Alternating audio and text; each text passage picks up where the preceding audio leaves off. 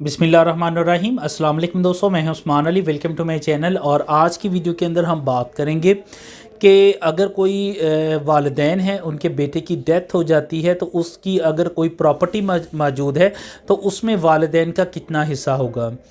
तो मौजू की तरफ जाने से पहले सब दोस्तों से गुजारिश है कि अगर आपने अभी तक हमारे यूट्यूब चैनल को सब्सक्राइब नहीं किया है तो वीडियो के नीचे एक सब्सक्राइब का बटन आ रहा होगा, उसके ऊपर क्लिक करके सब्सक्राइब कर लीजिएगा और साथ बेल आइकन को भी दबा दीजिएगा ताकि जब भी हमारी कोई लेटेस्ट वीडियो आए तो उसके नोटिफिकेशन आप तक पहुँचते रहें। देखिए, अगर कोई भी वालिदैन मौजूद है, उसका बेटा है, उसकी डेथ हो चुकी है तो उसके अंदर उसके कितना शेयर्स होंगे, इसके लिए सूरह निसा की आयत नंबर 11 और 12 है जिसके अंदर वरासत को डिफ़ाइन किया गया है।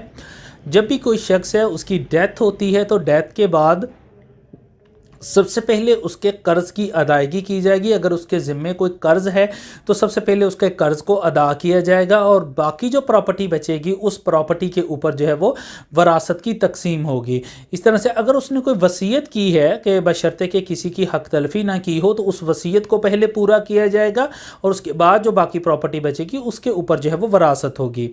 अब जो है वो कर्ज़ की अदायगी के बाद, वसीयत को पूरा करने के बाद जो प्रॉपर्टी बचती है उसमें जहाँ तक वालिदैन की बेटे की प्रॉपर्टी में से हिस्से की बात है तो अगर बेटे के औलाद नहीं है तो फिर वालिदैन का 1/6 हिस्सा जो है वो होगा। यानी कि अगर बेटा फौत हो चुका है, जो वालिदैन है उसकी जो बेटा है उसके औलाद कोई नहीं थी तो उसमें वालिदैन का 1/6 हिस्सा होगा। और अगर जो है वो सिर्फ माँ है, यानी बाप की डेथ हो चुकी है, सिर्फ माँ है तो फिर 1/6 हिस्सा मिलेगा। अगर सिर्फ बाप है और माँ की डेथ हो चुकी है तो फिर भी 1/6 हिस्सा मिलेगा। और अगर माँ और बाप दोनों मौजूद हैं तो 1/6 हिस्सा दोनों में डिवाइड होगा। और इसी तरह से अगर बेटा है, उसके औलाद जो है वो नहीं है और जो बीवी है उसने जायदाद की तकसीम से पहले आगे शादी नहीं की है तो फिर इस सूरत के अंदर जो है वो 1/4 हिस्सा जो है वो बेवा का होगा। यानी कि जो बेटे की उनके डेथ हुई, इसकी जो बीवी है, बेवा है, उसका जो है 1/4 हिस्सा होगा और बाकी जो है वो उसके बेटे के वालिदैन का होगा।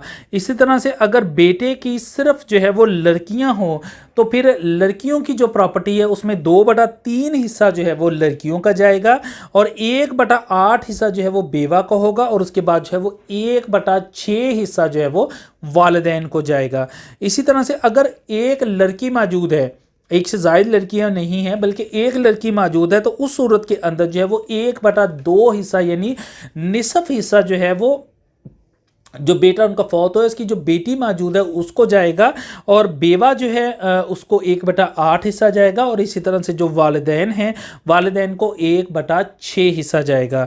और इसी तरह से अगर बेटा जो है वो रनवा है, यानी कि जो बीवी है उसकी, उसके फौत होने से पहले फौत हो चुकी है तो फिर उस सूरत के अंदर जो है वो और औलाद भी उसके अंदर उनकी नहीं है तो फिर माँ का जो है वो इसके अंदर 1/3 हिस्सा होगा, बाप का जो इसके अंदर है वो 2/3 हिस्सा होगा। और अगर बहन भाई मौजूद हैं तो फिर इस सूरत के अंदर माँ का जो है वो 1/6 हिस्सा होगा, जबकि बाकी जितना भी हिस्सा बचेगा वो बाप की जो है वो प्रॉपर्टी होगी।